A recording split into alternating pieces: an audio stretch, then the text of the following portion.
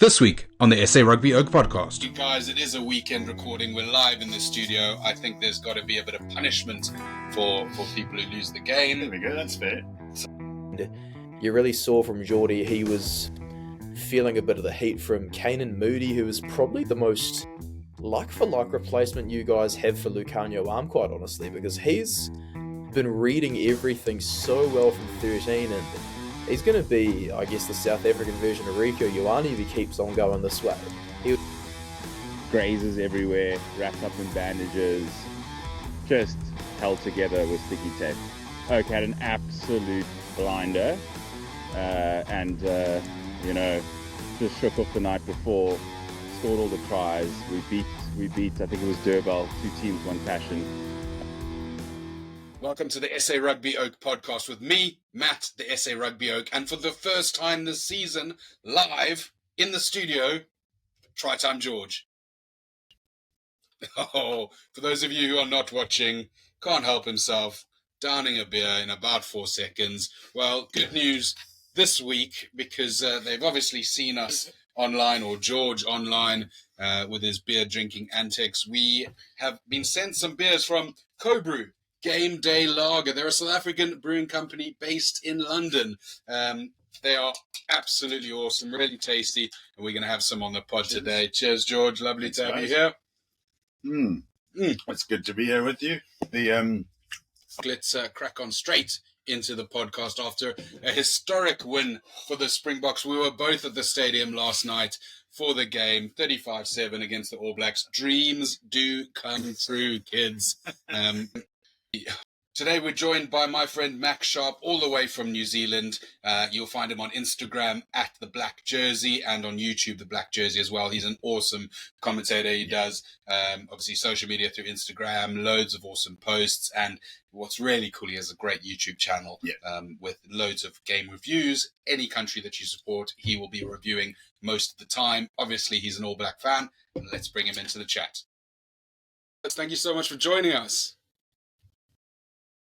No worries there. Cheers to you guys, Matt and George. I really appreciate it.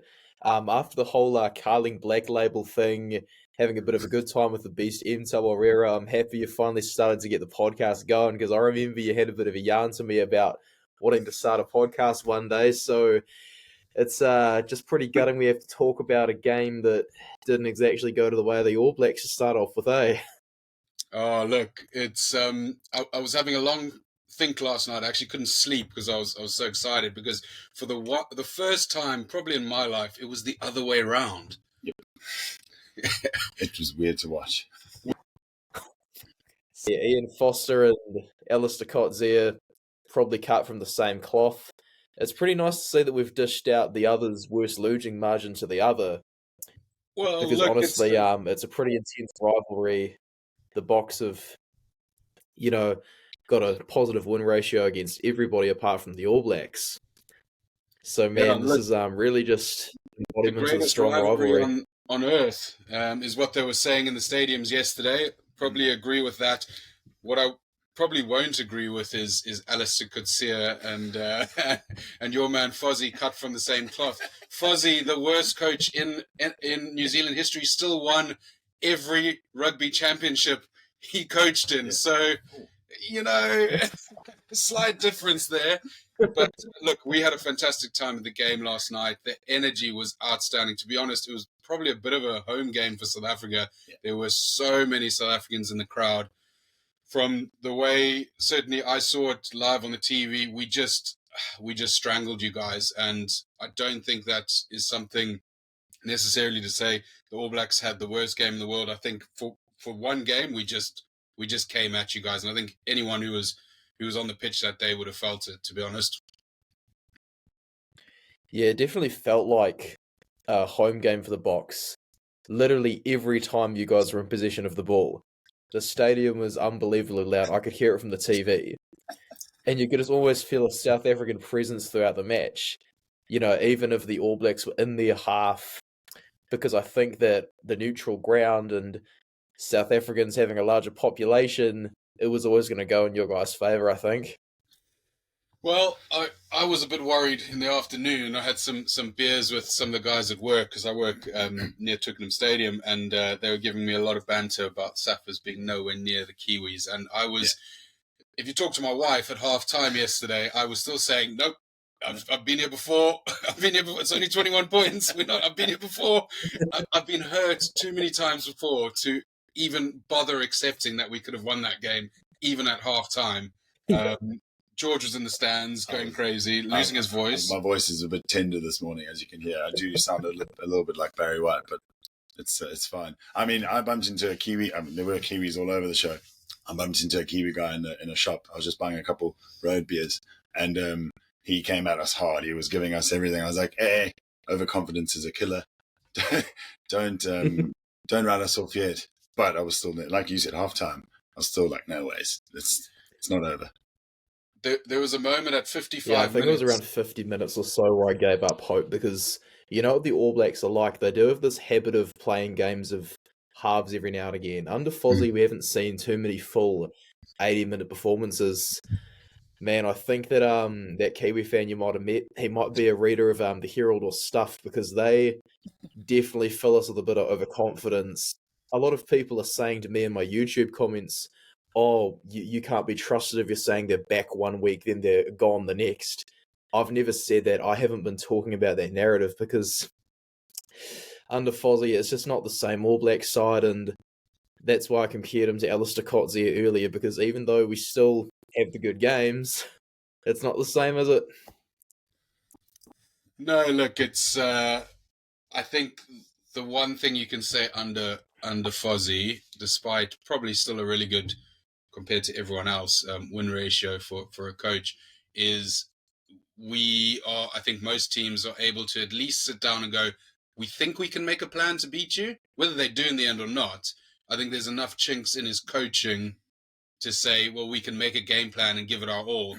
The beauty of what the Boks have is we know what we do and we know what we do well. So we're never going to come at New Zealand and go, well, we'll make a game plan specifically for New Zealand and we'll change how we play this way to adapt this way. We'll just come at you hard and come at you harder and harder and harder. And a lot of the time it doesn't work because you guys can toss the ball around and get around us. But geez, it is nice once in a while when our DNA just gives us something to cheer about, because I think, it was a bit of an out-of-body experience last night, to be honest. I don't want to go on about it, but, I can't fault a single player from the Boks side. No. If we look at the All Blacks, it was the first time, even after, because that first 15 minutes of your guys' defense, because everyone was talking and sending me messages on Instagram about the All Blacks weren't playing well. That first 15 minutes defense was actually really, really good. Made me worry. Yeah, because we could not get over the try line until you were, 2 cards down.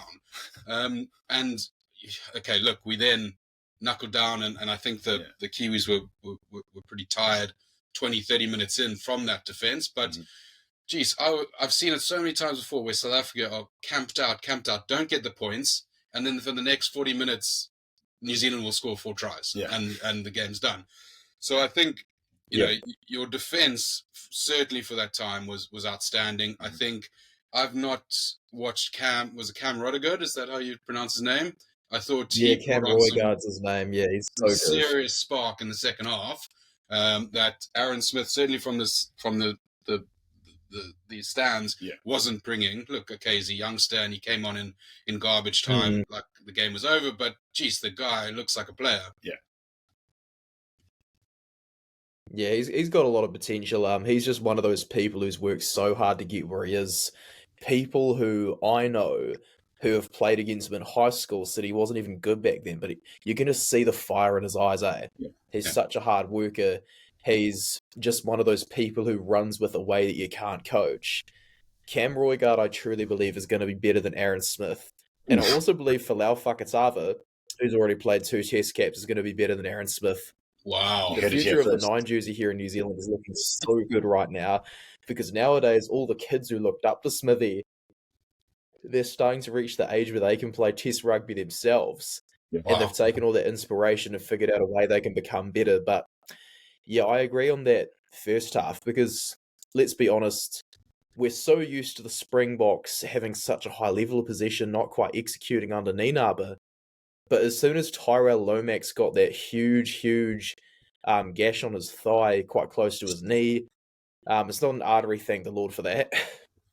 I kind of started to get worried at that point because, Fletcher Newell, not very experienced. This was just the third game of professional rugby he's played this year, just due to injury. Wow.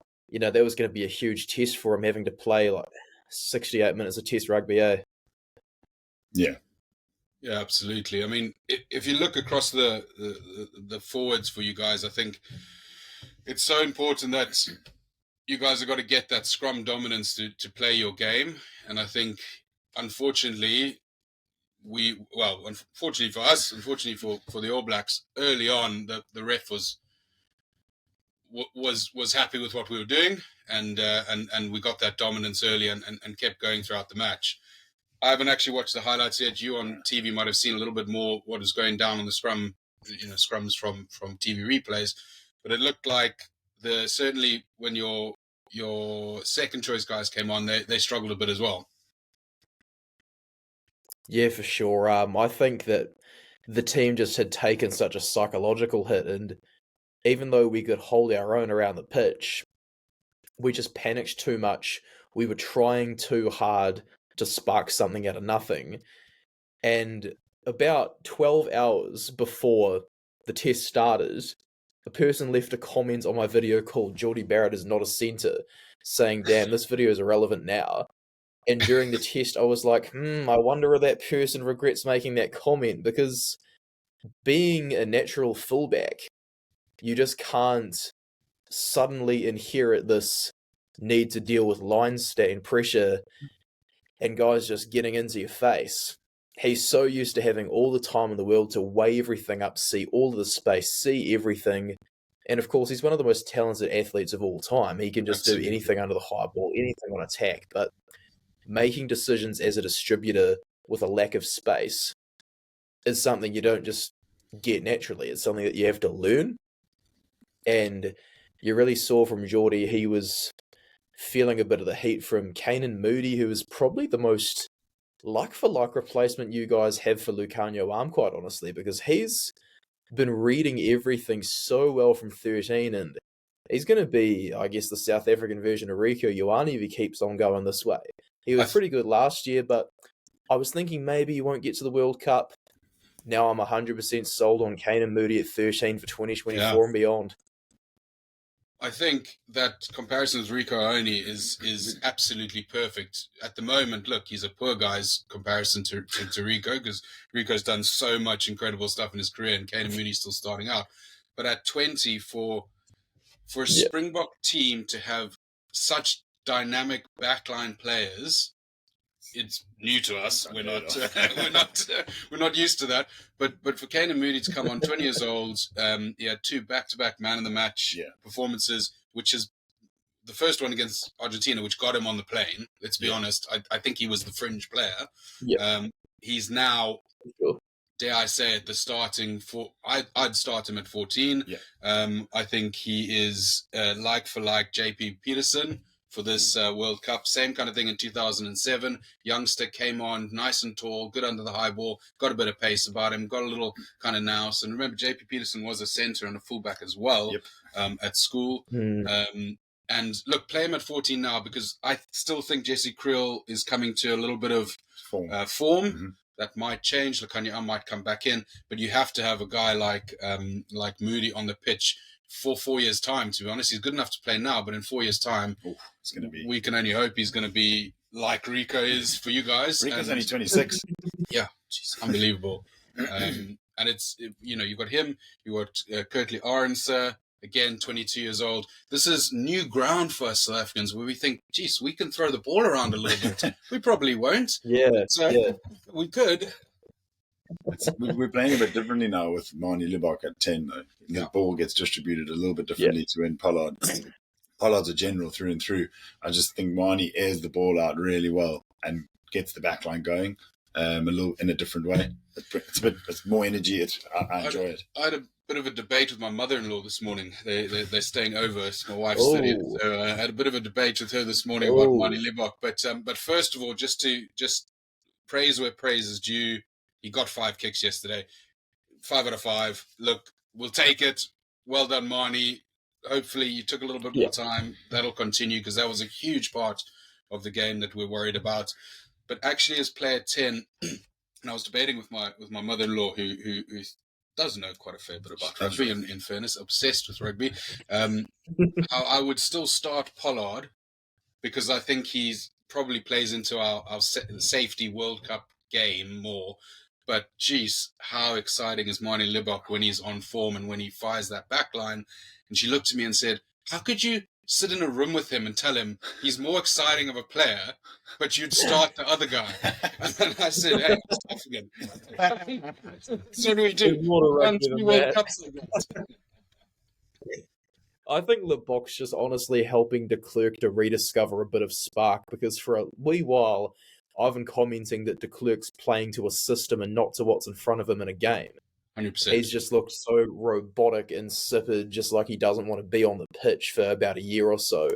And I think with Lebok there just being new to everything, he doesn't feel this pressure to strictly adhere to policies that have been there for 5 years. Lebok's, he's done his time at club rugby, he's earned his place at test level, but because it's not in his DNA, it's not his instinct, the system. Yeah. He's, I guess, able to spark some new things. He's able to be a bit creative, because when systems get too old, it becomes predictable. It led to, the Mount Smart Stadium loss. It led to the loss against Australia last year in Adelaide. And all the people who are saying the ref robbed us, well, quite frankly, the Box would have lost anyway because of how they were playing with de Klerk at 9 in those games. The thing that Lebok's done, I think, mentally for de Klerk has been huge. And he's starting to love the game again, I think, with Lebok as his partner in the 19 axis. 100%. It's been a refresher, and let's not forget that de Klerk came on the scene as a sniping, running, creative number 9. Yeah. You're right, it got coached out of him. He probably got too comfortable in the system. And you know what? We've got 3 other number 9s for the first time actually nipping at his heels. Yep. Yes, we probably do start Faf. I actually like Reinach more than Faf. Wasn't a fan of him going on the wing. I thought he was very lucky to make that Mark Talia tackle because, geez, he could have let one go there by not knowing where a wing should be standing. But, geez, we've got some number 9s. I think you're right. Faf has got a little spark back in it. But Marnie he wants to have fun on the pitch, which is nice. I think Pollard's more straight and narrow, which, to be honest, he got coached out of at the Bulls, which is the Bulls way. Do it safe, do it hard, slow poison, move forward. But, going into the next World Cup, absolutely fantastic option to have at 10, and hopefully we've got a couple of more youngsters that come out. We do. But he's got a nice way, because he's been through systems in the Bulls and the Sharks and the Stormers. He's had quite a variety of coaching, and he knows how to still be dynamic and add a little bit of fire to quite boring game plans. Because even the Stormers in 21-22, when we won the URC, it was quite a forward-dominated, boring game plan. Yeah. And, the Bulls before that, the Sharks before that, were quite forward-dominated, classic South Africans. And he obviously sits there and goes, I get a bit bored of that. Let's crack on and make some meters. Stormers back line, with him running it's great to watch. Yeah, I like that to change. Yeah. Player for player, we're not the best team, but he runs that, and that's fantastic. But just a quick question from an All Black side. It's a warm-up game. Actually, doesn't mean anything. I saw a comment somewhere. There was a Kiwi guy wrote last night. It was something on the lines of, "Damn, I always wished I'd won the Qatar Cup. It was my dream to watch the All Blacks win the Qatar Cup." So it literally means nothing. Look, we know history's nice to look back and say that was the greatest win, whatever. How much does that mean or affect an All Blacks team going into a World Cup opening game against France? They're going to see a backlash, surely, those French. What I think of this situation is that I've been fully prepared to lose to France in the quarterfinal for well over a year at this point. The day the draw got made, I was like, yep, we're toast. France are going to beat us for the first time ever in a pool stage. And the worst part about this is we get no opportunity to mentally recover with another game before that French test. Stade de France is an arena that Fabien Galtier's France has never lost, with the exception of that crowdless match to Scotland. It is the most fearsome stadium in Test rugby right now. You just feel this huge aura of every single French stadium. It's like what you used to feel with the All Blacks. France, even with Intermat gone, need to remember that even though, Dan Carter was injured in 2011, we still managed to get the job done. I don't think this is going to affect them. If anything, it's probably going to help them get a bit fired up, the French. And with the All Blacks licking their wounds, they've got a perfect opportunity to make things even worse. I've been mentally prepared, to take that loss to France.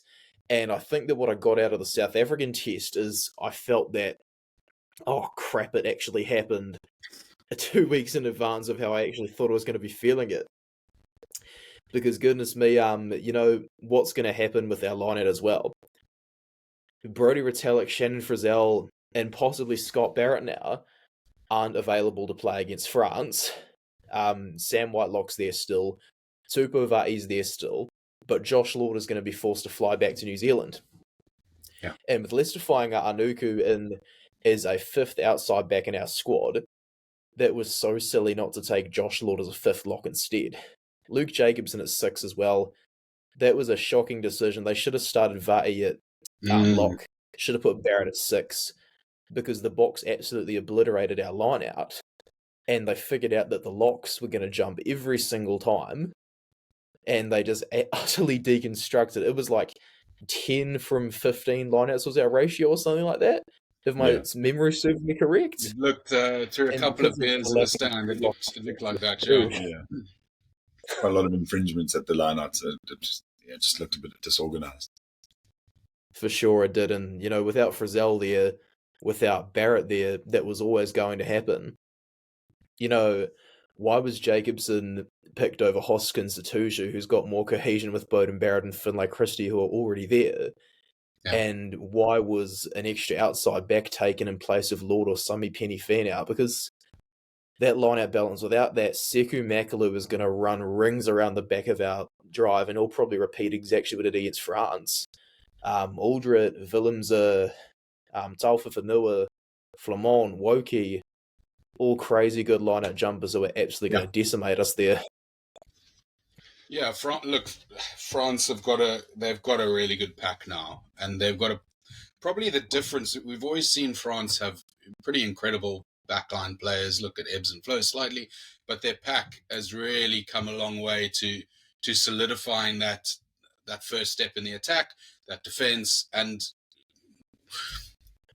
I'm quite worried. I mean, actually heard it here second, because I've said it. I'm not that worried about Ireland. I think we probably are quite a good match for Ireland. Scotland, look, geez, they've played a couple of decent games, but I think in the long run, squad depth wise, probably might struggle to get past Ireland, South Africa. But once we hit France, I mean, look, if we face New Zealand, it's the old foes. Who knows what's going to happen? Crack on, But if we hit France, that's a hell of a tough thing in France. We lost them by 3 points last year in quite a tight match. But with that French crowd behind, I've been to Paris quite a few times to watch a box game. Luckily, we've always, touch wood, won in those games. But those are the good old days. They are really aggressive. And you look at Ellis Park, you look at Loftus, where the crowds are quite aggressive. The French are actually like, they cuss at you and they boo and they probably believe they're worse. Yeah, I think they are so aggressive, and maybe it's because when I'm in a home stadium, I'm part of the lot, but the French are they're very angry people when it comes to. I mean, they boo the kickers, they boo the lineouts, they boo, and you feel it. You feel this intimidation. It's why they don't serve alcohol in the stadiums. I think because they get quite angry there. I got duped a couple of times. The first time I went, I was buying all these Heinekens. I thought, oh yeah, don't feel that drunk. And then I got back home and I saw this thing that stadium stopped serving alcoholic beer. I was like, God, why are they still? Anyway, I went back the year after. The guy's walking around the stand pouring beers for people. You're paying on the contact list. I said, oh, bro, is that alcohol? He said, yeah, it's beer. It's beer. I was like, no, is there alcohol in the beer? It's beer. You can have it. I went up to the bar and they've got no percentages on it. They're just serving non-alcoholic drinks. People in the crowd feeling pissed, walking around, but a very, very angry atmosphere. And I think it's going to be a fantastic World Cup. Beautiful. Yeah, those French crowds, as I said, every time I watch the highlights on YouTube of French games that I wasn't able to watch due to it being at 2 a.m., I just feel this massive just weight on the shoulders, weight on the chest, and it plays so much into how the French go psychologically. They are 100% a team that are holding things back for the World Cup. They've been playing like one since they, got those wins in the middle of 2022 against Japan. They are really peaking perfectly. They learned the art of winning through 2021 and 2022. They've allowed themselves to cruise for a little bit on autopilot, but still play to their hardest with what they are being told to do. And then it's just going to go, wham, we're ready to be champions. Because if they cannot win the World Cup this year, they will never win a World Cup in their history. No chance of it. I probably agree with you. I think the weight might be a little bit too much for the French. Very passionate people. I think they probably peaked a year early. Intermac, I think, is too important to them to be on the field. That being said, with the injuries across the park, they certainly, they have to be favourites, right? They have to be favourites at their home World Cup. You're right. If they can't win it, then no one can. Whoever they play in the finals is probably going to be someone trash from the other side of the group. And England, a la 2007, playing 7 great games or 6 great games in a row and falling into the final. Whoever's going to be in that final from our side is going to take it. So let's hope the French. To be honest, if we can't do it, I'd probably be okay with the French, as long as it's not the Irish and no longer the English. Yes, same here. Kiwis, I could probably swallow. As long as it's anybody but England, honestly. Anyone but England. I think we're probably okay with that this time. I think, they probably aren't going to do that well. I actually think the RGs are going to give them a nice bloody nose along the way, and good for the RGs. They always benefit from a few games together in camp in a row, which will be great for them. What we'll do, Max, we'll end off just a little prediction for you for that first opening game. Obviously, France-New Zealand, massive match. You've already kind of said that you're worried about France. What do you think the score is going to be day one of the World Cup? I know who's going to be taking the result. We also know who the overall World Cup winner is going to be. It's going to be somebody from our side of the draw. It's just going to be a case of who is that winner going to be. As for the prediction of the margin, though, because I'm not so sure, I'm probably leaning more towards France by 4 points or so. The All Blacks are not going to be as sloppy as they were at Twickenham. They'll try to iron things out. And I think that what we saw against Twickenham was a bit of the negative energy being pushed out, so we can at least give a proper crack at the French and, lose in a respectable fashion. I think that's the kind of take we're seeing. We'll destroy Italy by probably 17 or so. We'll destroy the Tier 2 opposition. We're safe for the quarterfinals. I don't think a lot of the pessimists need to be as alarmed as they are. We're going to be safe against Italy.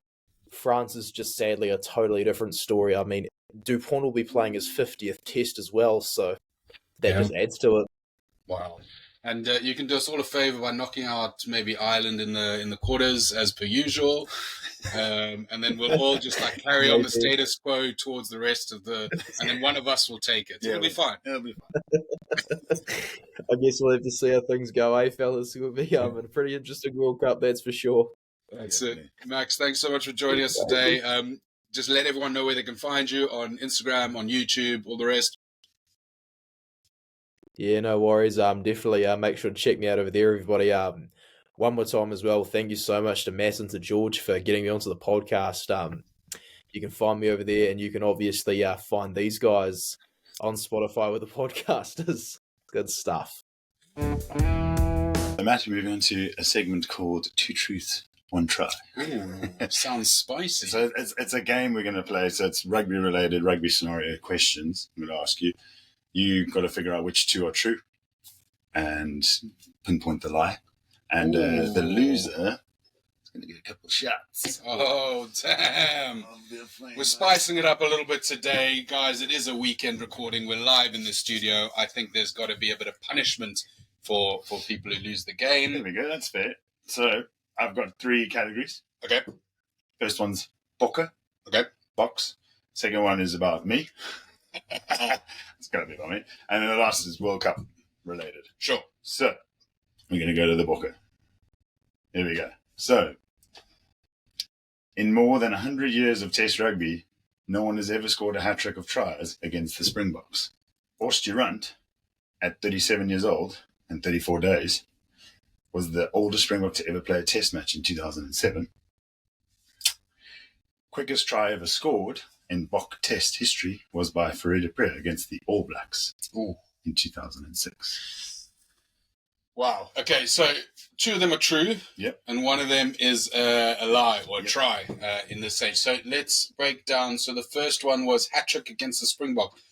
Oh, my. I mean, someone must have scored a hat-trick. I mean, we think about that 0, that dark day, 57-0 against New Zealand. The chances of someone not scoring a hat-trick in that match is pretty crazy.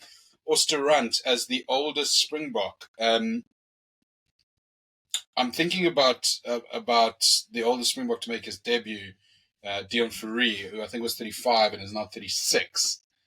I know Matfield played quite late as well. Mm-hmm. That's a tricky one, but I'm probably erring on the side of Os. And Farid Aprea, the quickest try, is that the quickest try from the start of the whistle? Yeah, So quickest try ever scored in a Bok Test. I'm going to go with... Which one is a lie? The lie is no one scored a hat-trick against us. I'm very sorry for my friend. That is the truth. No one has ever scored a hat in the history of the Springboks. No. Well, I'll gladly take a shot for that. No problems at all. That is true. It's unbelievable. It's true. So the lie was Oost-Jarant.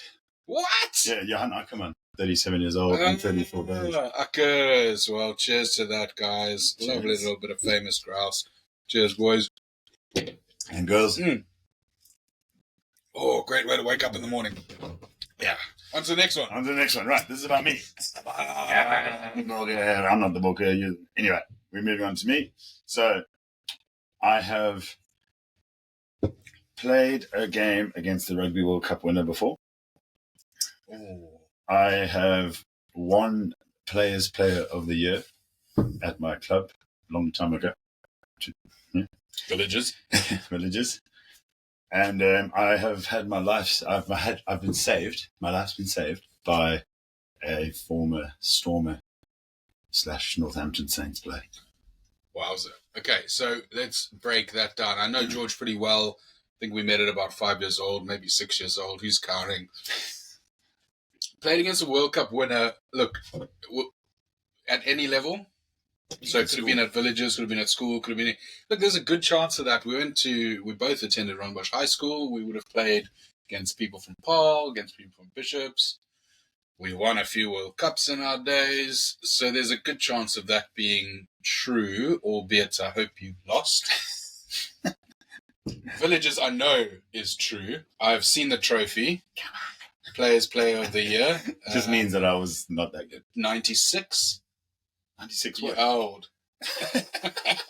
No, 2014. 2014 Players Player of the Year. George German, let's get on top of this. Is that because you played every position? Yeah. So you had to be. I had to be. I was the Damien Willemsen. Of the forwards? Of the forward. Yeah. George, you want to play?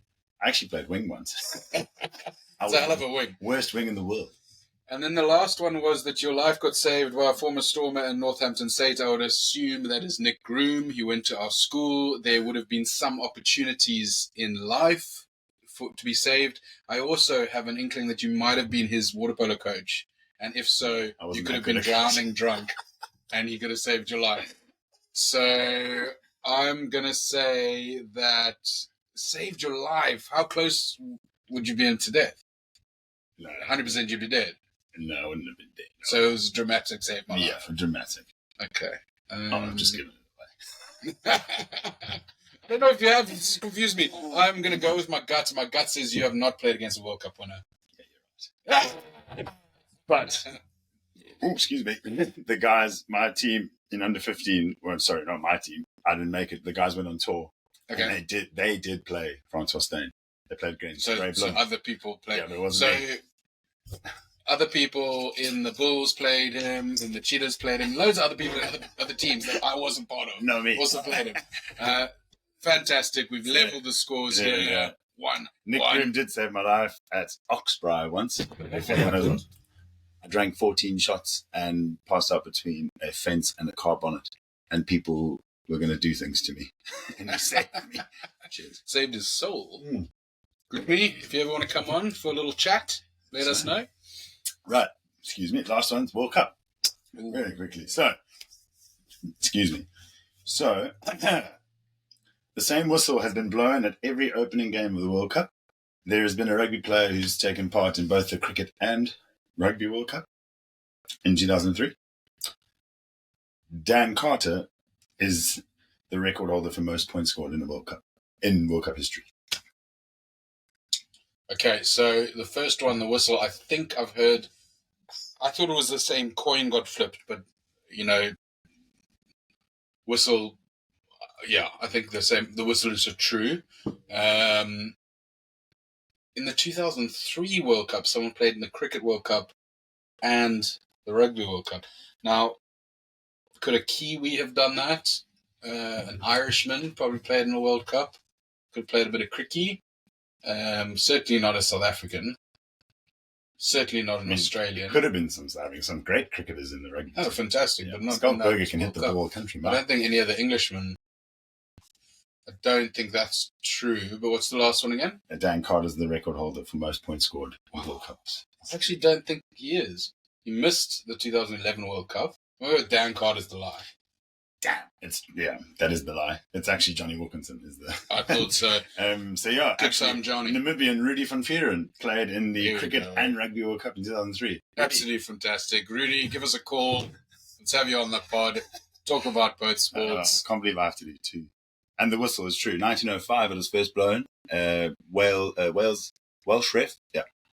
And then it was at every World Cup since. Yeah. Fantastic stuff. What a game. I think we'll have to reprise that next week. Maybe I'll come up with the questions next week. But for now, we're going to go on to what is undoubtedly the best, most loved segment of the podcast. And that is, oh, damn, Rugby. You nasty. We have got another voice message. Used to play in probably the greatest age group side of all time, the under 20 Cs at UCT. UCT used to have this thing called American parties. A lot of American exchange students, a bit like the movie American Pie, used to come over and throw massive jawls. George, you were part of the UCT setup. I was in that team. This sounds like someone I know. Ah, well. But this is that team was incredible. Oh, yeah? It was incredible. So tell us a little bit about American Night. You don't want to know about it. Onwards. On our way leaving the jawl, we had a new recruit. Guy used to play a very good bit of footy in high school. We thought, no, he must come down, play for the under 20s. It's going to be a vibe. It's mostly drinking, a little bit of rugby. On our way. Hang on. Mostly drinking, a little bit of rugby. We were a drinking team that played rugby. Is this a serious rugby Outfit? Well, yeah. Yes. The C team, I think of any, as I well know, traditionally, I peaked in a C team, and I know that the drinking element of it's more about drinking than winning most of the time. True, but also most of the time you're winning when you're drinking. Yeah, exactly. That's the beauty of it. Out of the American party, on our way to a car to go to, I think, Water Bar. Everyone will know Water Bar. Some of your listeners will know Water Bar. Wait, hang on. I don't know Water Bar. I used to work at Water Bar. I was a bartender there. I was actually there bartending 2007 World Cup final, and it was incredible. So, but it's gone now. But it does not exist. he took a massive dive. And this was the night before, I think, the first or second game of the season. So it was early doors. It was his first game. Took a huge dive, going a little too fast, chasing after a girl. Slid maybe 10 meters down the road. Just missed smashing his head on the car. And then, we jawled. Got to the game the next morning. I don't know how we were playing after that many beers, but he looked like a motorcycle. He had a motorcycle the night before. Grazes everywhere, wrapped up in bandages, just held together with sticky tape. Oak had an absolute blinder, and just shook off the night before. Scored all the tries. We beat. I think it was Durban. 2 teams, 1 passion. And he went on to be a professional rugby player and play international rugby. So, yeah. Wowza. Professional rugby player, international rugby. If I know who I think it is, World Cup rugby as well. World Cup Rugby 2019. Yeah. All the way from the depths of the C team. I still have hope. I'm not yet 36. I can do a Dion Faree. I've got to lose some weight. I've got to learn how to play rugby, but I can make it, and I might even make it to a World Cup. Who knows? What a story. Unbelievable scenes, ladies and gentlemen. Unseen at test level. And you were at that story. I was there. I saw the shook in his eyes when he thought the story might have actually been about himself. Yeah, I was worried when he said, when the story started, I thought, oh no. But anyway. I think the key lesson to learn from this story, and for any youngsters of drinking age that are starting out their B, C, D, E team, funsies, matches at university level or beyond, there's one rule to go by. In fact, to live your life by.